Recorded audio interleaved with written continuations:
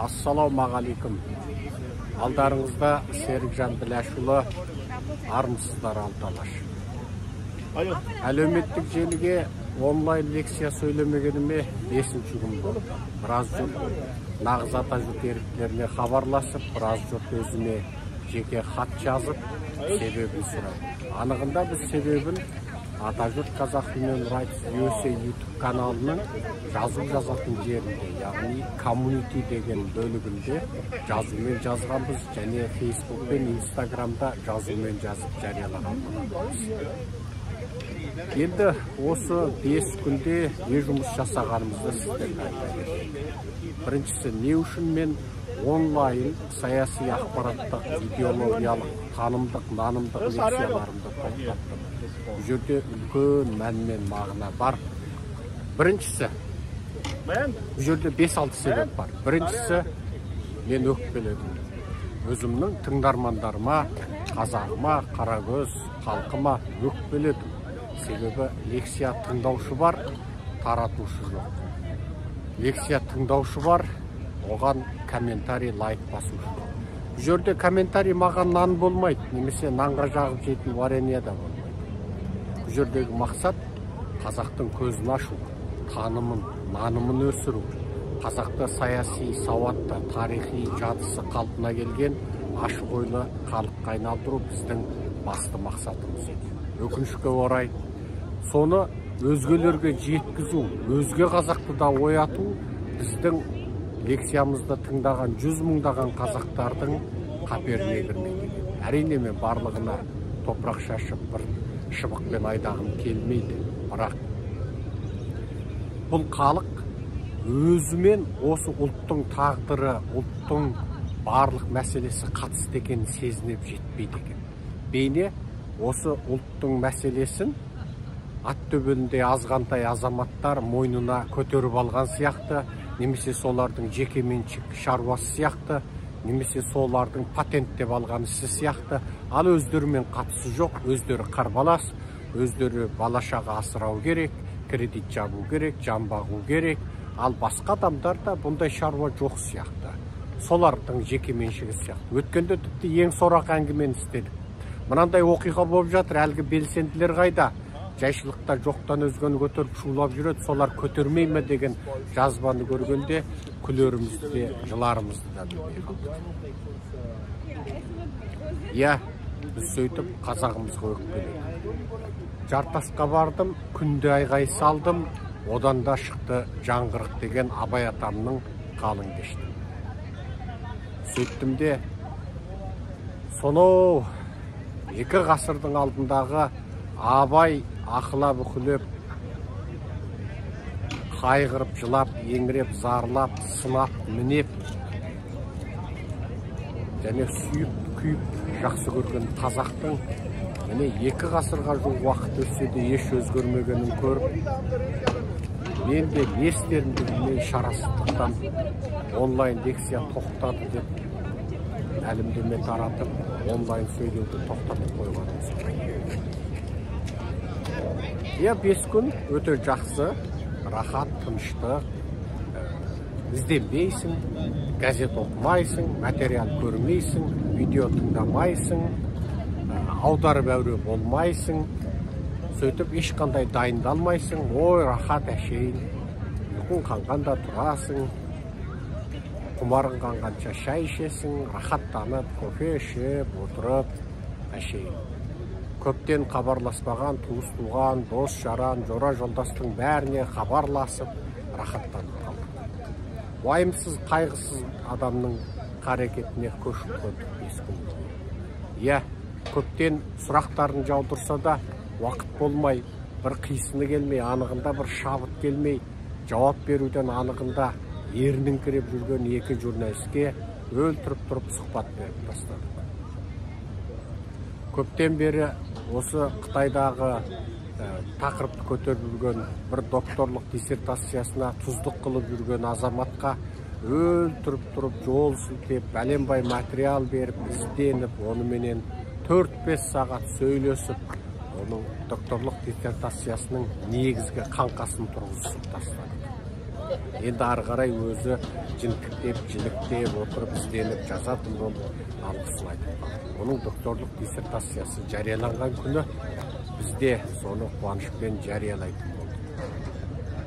Одан кейін осы Америкада оқып жүрген шетелдің бір азаматы сол орталық Азиядағы орыс шовинизмінің ықпалы туралы, әсіресе Орта Азиядағы Пакистанмен аталатын мемлекеттердің орыс сепаратистермен болған күресі туралы арнайы ғылыми зерттеу мақаласына біз осы Қазақстандағы орыс шовинизмі, орыс сепаратизмі туралы ойларымызды толықтап жеткіздік. Біраз жұмыс бітті, біраз дүниені айтып тастадық. Енді сол қалың елім қазағыма өкпелей отырып, бізде міне Вашингтон шаһарында бүгін мынау Украин мәселесі, Сирия мәселесі бойынша осы Путинге қарсы өткізілген митингіге қатынастық. Жайшылықта бұндай митингілер шақырса да уақытымызды кейде қиып, кейде қия алмай, конференциялар болса қатысып, кейбіреусіне онлайн қатысып, сөйтіп қайтамыз. Ал бұл жолы келіп көп нәрсені айтуға болады. Бірақ не үшін тағы да лекция сөйлеуге тура келді? Бұл жерде біздің бұл лекциямызға тағы да себеп болып отырған біздің халқымыздың осы әлеуметтік желіні пайдаланудағы құлықсыздығы мен сауатсыздығы және немқұрайдылығы болды. Өздеріңіз Фейсбукте көргендей, өздеріңіз Ютубта көргендей, біз онлайн лекция тоқтады деп бір хабарладық, ел жұрт түсінбей қалды, сосын өкпелегенімізді айтып бір хабарлама жаздық. Себебін түсіндірдік, комментарий жазушылар 1%-ға жетпейтіндігін айттық. 100 мың адам көрген лекцияда комментарий жазушы 1000-ға жетпейді. Бұл енді масқара түрі. 100 мың адам көреді, бірақ 1000 адам комментарий жазады. Бұл жерде комментарий айтқандай, ол нанға жағып жеуге келмейтін зат, бірақ сіздің әрбір комментарийіңіз, сол екінші бір қазақтың телефонынан осы лекцияның шыға келуіне себеп. Сіздің әрбір лайығыңыз, әрбір комментарийға басқан лайығыңыз, әрбір біздің лекцияға басқан лайығыңыз, әрбір елдің жазған пікіріне басқан лайықтарыңыз және оған жазған жауаптарыңыз біздің лекциямыздың қазақ тілді аудиториядағы таралуы. Осының барлығы себеп. Қазақтардың жаңағы өзімен еш қатысы жоқ. Ол бейне осы Серікжанның, немесе басқа да белсенділердің, нағыз ата жұрттың әшейін соның шаруасы сияқты. Өзі қарбалас. Енді осыдан барып маған ойды.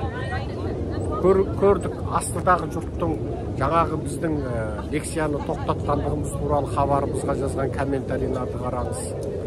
Біздің жаңа өкпелегенімізге жазған комментарийларды қараңыз. 99% қауым лекцияны сөйлеуімізді талап етті. Мыңдаған комментарийларды оқып шықтық. Оның біз бір кем дегенде бір 10%-ына жауап қайтардық, рахметімізді айттық. Енді сол мыңдаған адамдардың лекция сөйлеуімізді талап қылған, ақыл айтқан, кейбіреу ренжіген, не үшін халық енді көздері ашылып келе жатқанда неге тоқтаттың деген сол шын ықыласты ниеттеріне, тілектеріне орай біз ұсынысымызды айтпақшымыз. Біріншісі, осы біздің лекция сөйлеуімізді қалаған азаматтар, сіздер белсенді болыңыздар. Сіздер енді мыңдаған WhatsApp группа жасақтаңыздар. Мыңдаған WhatsApp группа. Ол WhatsApp группаңызға туыстарыңызды қосыңыз. Туыстар деген группа жасақтаңыз. Достар деген группа жасақтаңыз. Ниеттестер, армандастар деген группа жасақтаңыз. Жерлестер деген группа жасақтаңыз. Лекция деген группа жасақтаңыз. Саяси шолулар деген группа жасақтаңыз. Неше түрлі группа жасақтаңыз. Оған жаңағы өзіңіз түр-түрге бөліп қосыңыз. Жерлестеріңізді, достарыңызды, туыстарыңызды, құда жекжаттарыңызды, курстастарыңыз, класстастарыңызды, армияда бірге болғандарды қосыңыз. Қысқасы түр-түріменен. Немесе Серікжанның лекциялары деген группа жасақтаңыз. Ең жақсы Телеграмда, мүмкін болса Сигналда, мүмкін болмаса көп қолданатын WhatsApp'та. сөйтіп жасақтаңыздағы сол лекцияларды сол өзіңіздің жасақтаған WhatsApp, Signal, Telegram группаларда таратыңыз. Міне бұл еңбек. Міне бұл сіздің ниетіңіз. Және бұл туралы өзіңіздің жаңа группаларыңыздың сілтемесін Facebook'те, немесе біздің YouTube каналдың астында міне мен осындай группа жасақтадым, менің группама қосылыңыздар. Басқаларға үлгі болыңыз. WhatsApp'тан қалай группа жасақтауды үйретіңіз. Сөйтіп қызметке кірісіңіз. Өстіп таратушы қазақтар 1000 қазақ болсын. Әр 1000 қазақ жаңағы бізге лекция сөйлеңіз деп өтініш айтқан, тілек айтқан, ұсыныс айтқан, тіпті сындаған. Неге солай ренжисің? Тіпті көп халық сауатсыз, тіпті көп халық осыны тарату керек екендігін де білмейді, қалай таратқанды да білмейді деп отырған бар. Ендеше үйретіңіз. Группа жасақтаңыз, жазыңыз группаны қалай жасақтайтынын. Сөйтіп үйретіңіз. Facebook'те салыңыз, жолдастарыңызға үйретіңіз. Біздің YouTube'тың астына сол группаларыңыздың сілтемесін салыңыз. Сілтемені басқан жұрт автоматты сол группаға қосылатындай болсын. Соның бәрін істеңіз. Сосын барлығымыз бірлікте бірге отырып, осы қазақ халқын ояту мәселесін қолға алайық. Міне жұмыс. Міне сізбен біз виртуалды әлемде, яғни көзге көрінбейтін идеологиялық шайқас әлемінде біз бірге болдық. Міне осы күрес бағытына ойысайық. Барлықтарыңызға бұл жерде мен жекеме жазылған хаттарды айтып, поштама түскен хаттарды, мессенджерге келген хаттарды айтпай-ақ қояйын. YouTube'тың коммунитиндағы мен жазған посттардың астындағы, мен жариялаған суреттердің астындағы жұрттың ықыласының өзі қазір санап көрсем 3-4 мыңнан асқан. Сол ықыласты лебіздерді 3-4 мыңдаған адамдардың сол жаңағы лекция сөйлеуім туралы жұмсақ айтқан, орташ айтқан, қатқысындап айтқан сол сөздерінен кейін мен лекциямды жалғастырайын деп ойлаймын. Бірақ сіздерден қарекет күтемін. Мен мыңдаған WhatsApp, Signal, Telegram группалардың құрылғанын күтемін. Сіздерден соның сілтемелерін жариялауды күтемін. Сіздерден видео үндеулерді таратуларыңызды күтемін. Сіздер осындай азаматтар біз өстіп таратайық деген үндеулерді таратыңыздар. Сіздердің азаматтар өстіп WhatsApp'та, Signal'да, Telegram'да группа жасақтап, осындай қазақтың көзін ашатын лекцияларды таратайық. Міне мен таратып жатырмын, мен күніне міне бәлен адамға таратып жатырмын деген үндеулеріңізді қарапайым қазақтар естісін. Олар ойлайды. Олар осы қазақты оятуды бір арнайы бір жасақталған, арнайы бір адамдардың шаруасы. Қарапайым жаңағы малшының, саудагердің, қарапайым таксистің, қарапайым мұғалімдің, қарапайым жаңағы үкімет қызметкерінің, қарапайым саудагердің, қарапайым бақалшы, тірлік жасаушының шаруасы емес деп ойлайды. Өзімен қатысы жоқ деп ойлайды. Анығында ұлттың, мемлекеттің, алталаштың тағдыры әрбір қазақ. Ол сенің етікші болғаныңменен, сенің профессор болғаныңның еш айырмасы жоқ.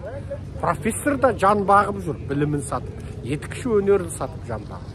Сенің етік жамаушы болғаныңменен, сенің хирург болғаныңның айырмасы жоқ. Ол екеуі де жан бағыстың жолы ғана. Бар болғаны біреуі тірі адамның жүрегін операция жасаса, біреусі өлген малдың терісінен бір тұрмысқа керекті затты операция жасаса. Сондықтан азаматтар, ұлт мәселесі ортақ. Ұлт мәселесін арнайы бір адамдар, арнайы бір соны кәсіп қылған адамдар тек солар ғана айналысады деген ұғымнан арылыңыздар. Менің де бала-шағам бар.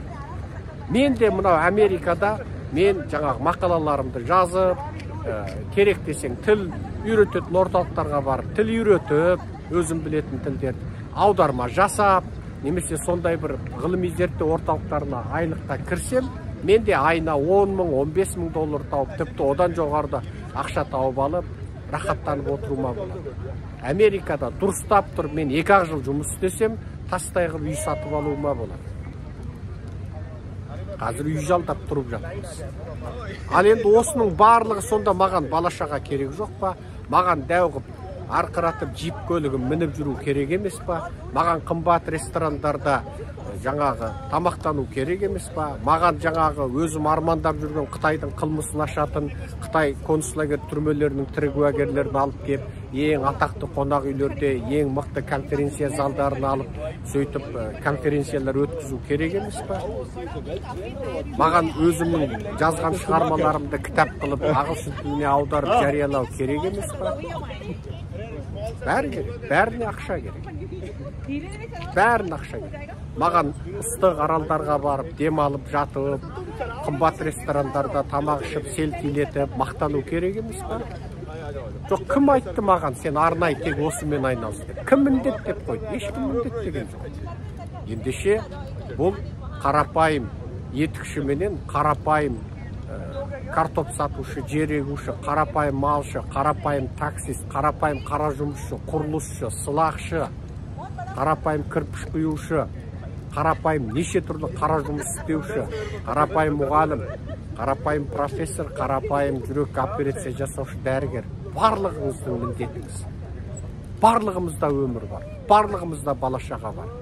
Бірақ өмір сүру бөлек, ұлт үшін қызмет ету бөлек.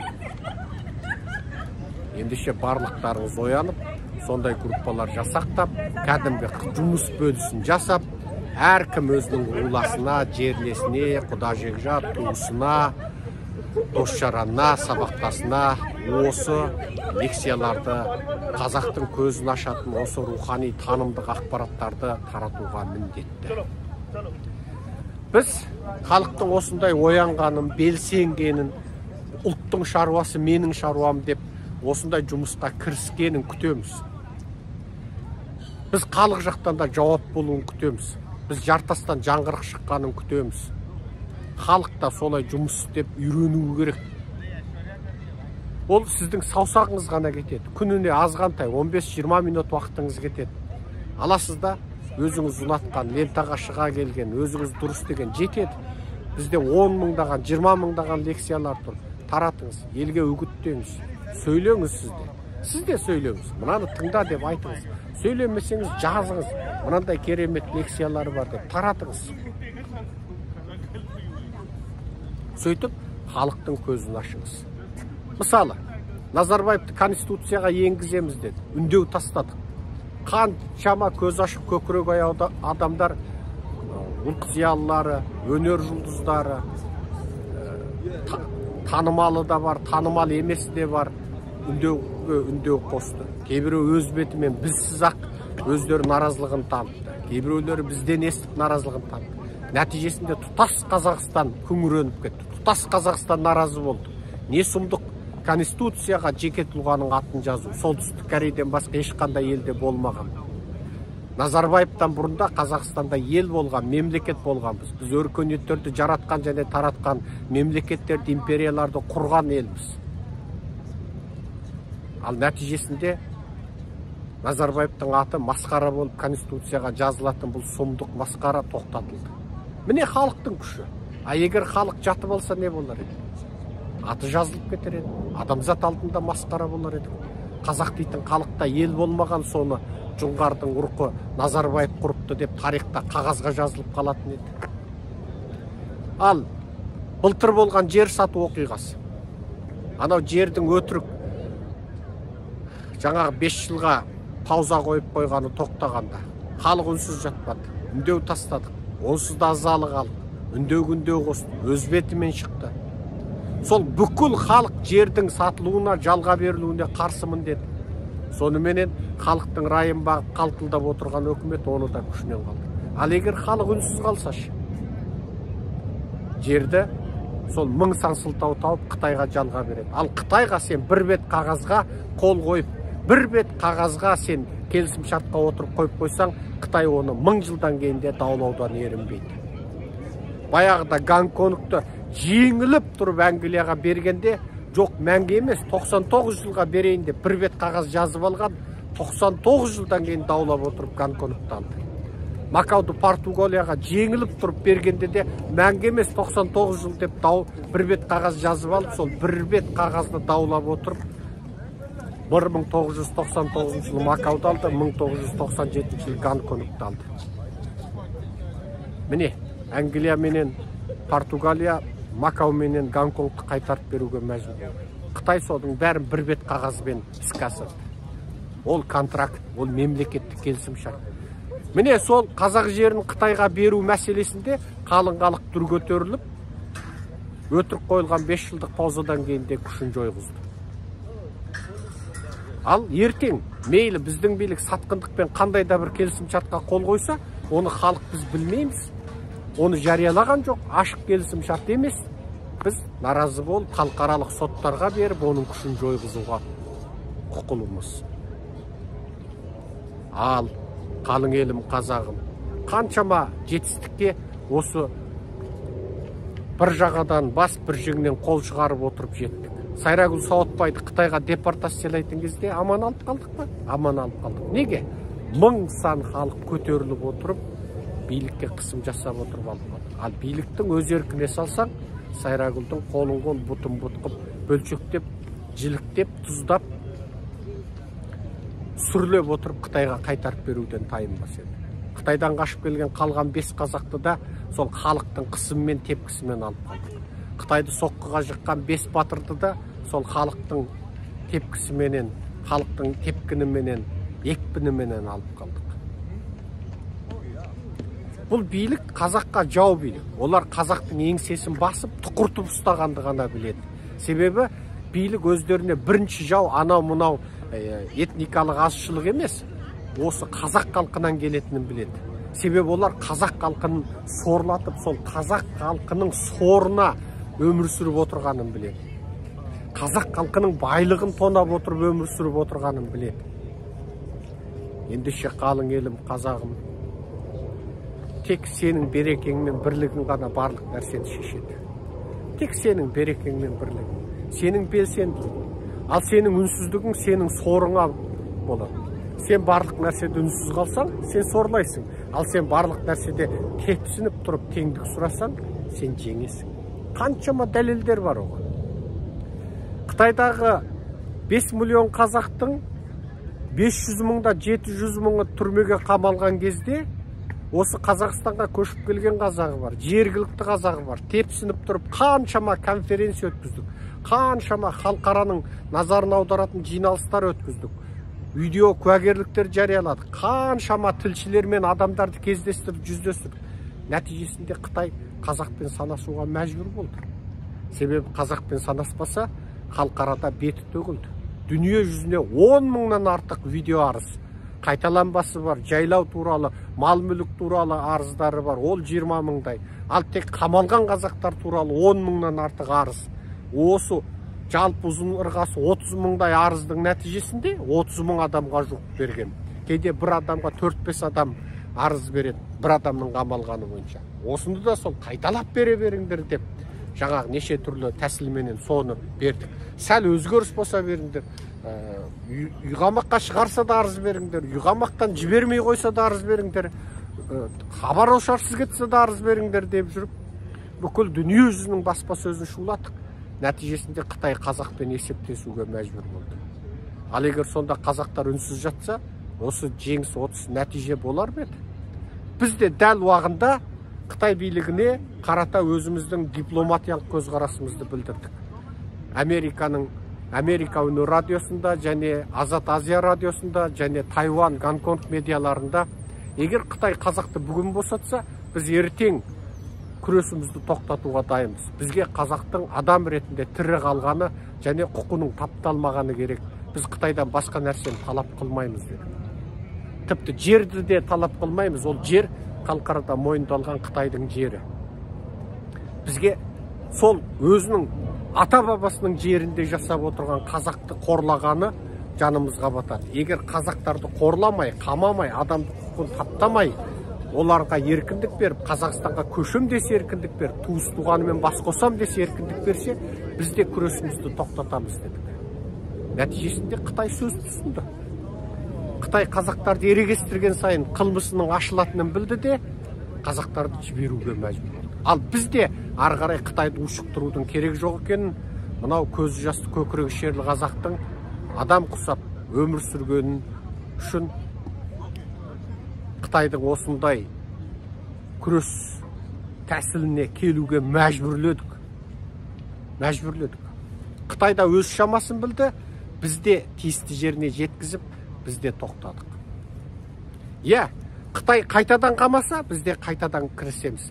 Жуырда 8 миллион адам рет саяси біліктілікті жеткізу курстарын ашамыз деп Қытай былжырап.